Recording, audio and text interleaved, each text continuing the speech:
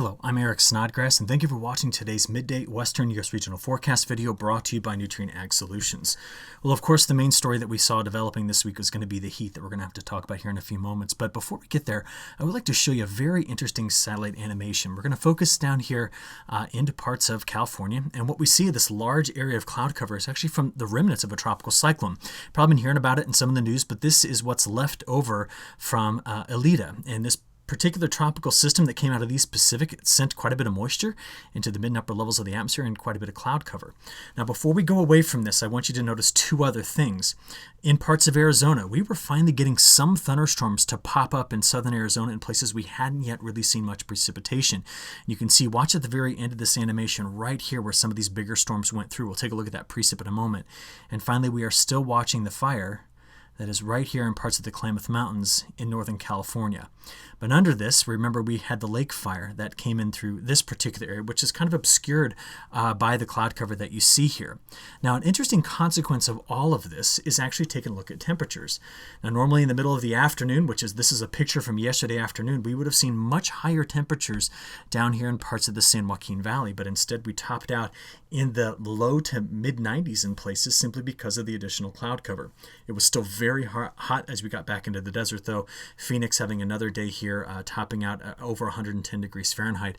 But look, you see these cooler blotches in here? These are where those storms were popping in the mid-afternoon heat. So kind of a neat way to view those things coming together.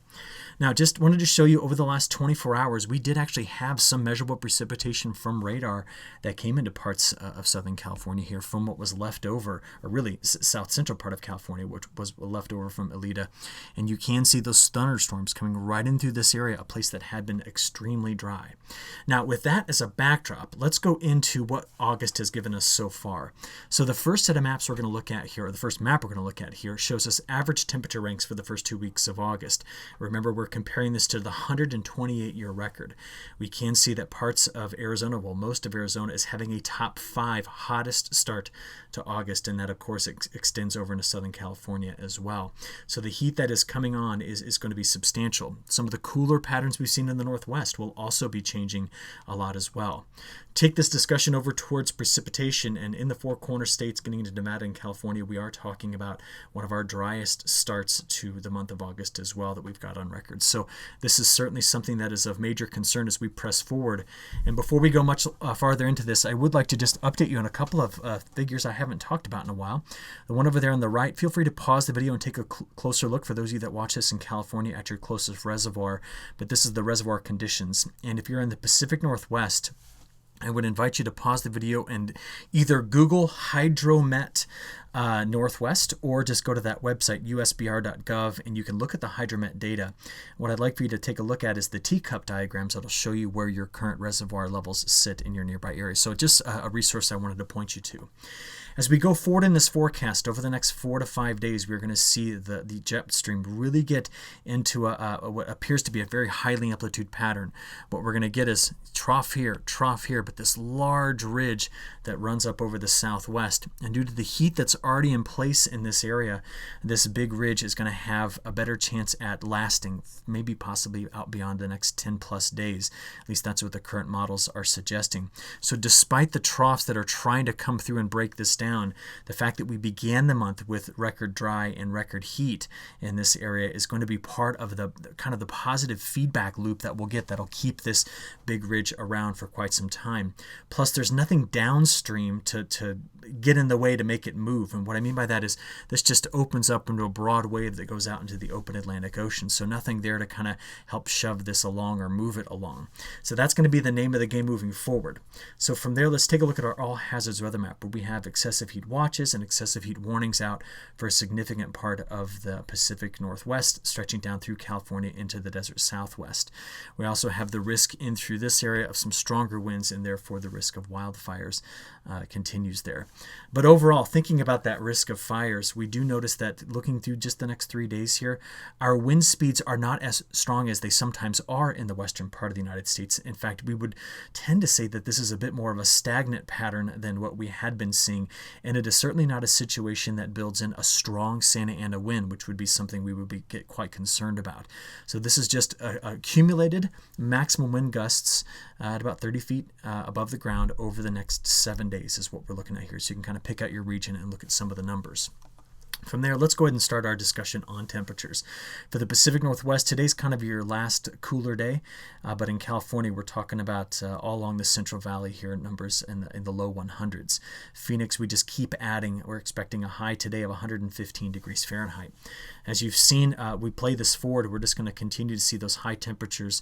In fact, Oregon getting into tomorrow, a lot of triple-digit heat. This is Saturday's highs. Now we're getting into Sunday. This is when the big heat starts to pour into the Pacific Northwest. That's when those excessive heat watches and warnings go into effect for the Northwest. And as we go from there into Monday and now into Tuesday and Wednesday, we don't see much of a change in this, and that's because that large ridge is really pretty firmly established over parts of the Southwest, and it's going to have a hard time getting that unblocked and moved. So we see all the way out to next Thursday, we're going to expect to see those triple-digit heat in the Central Valley, and a lot of days where we're talking about temperatures well beyond 90 in the Pacific Northwest. From there, we just look out to the 6 to 10 day outlook here. The Gulf of Alaska continues to put these troughs into place. And so at times they do come into the Pacific Northwest. They're going to come through and give us some reprieve from the heat, but they're just going to have to go around the larger ridge that's established in the models. So they come through and go over this, and as a result, it tend to make a more stormy pattern for parts of the Canadian prairies, but in parts of the Southwest, we're just going to keep the heat on and things are going to stay relatively dry. So talking about that 6 to 10 day outlook, we do see that much of our highest temperatures are concentrated in the Southwest, and you notice that those numbers kind of back off as you go more toward Washington, Oregon, into that region. In other words, we're not seeing such extreme high temperatures in the Pacific Northwest. From there, let's look out farther into the 11 to 15 day, and we can see the influence of the troughs that are trying to come into the Pacific Northwest. The GFS being a bit more aggressive with it, showing you the cooler pattern, whereas the European over there on the right is a bit flatter. That's why it just brings in warmth for everybody, or well above average temperatures for everybody. From here, let's go ahead and talk about precip. We will be seeing on this pattern, because remember, it's going to be circulating like this in the mid and upper levels. So as that flow comes around, we are going to see storms pop on our mountains. You're going to see that daily. It'll be one of those satellite animations where you start off in the morning, things are clear, and then it's just going to go bright white over the tops of the mountains with those big storms that pop. So you will be seeing additional flashes of lightning on elevation, on the higher elevation, and of course the risk for fire as associated with that.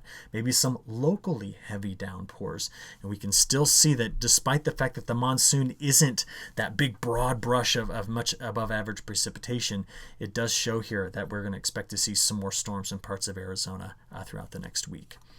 From there, I just want to show you what week 2 holds. There's not much of a story here for the West, simply because we are really into the heart of our dry season, so we're not seeing anomalies going on one side or the other. But you can at least see in the GFS, do you see the wet here through that area? That's running around the periphery of that ridge, so that's what we're going to watch there. But certainly a weaker monsoonal flow showing up in both models as we progress through the month of August. Some longer term stuff just to finish this up. The models don't want to let go of this. They want to continue to keep that ridge here over the southwestern United States. And you know, my story throughout much of this summer has been we keep building in heat at times, of course, into California, into the southwest.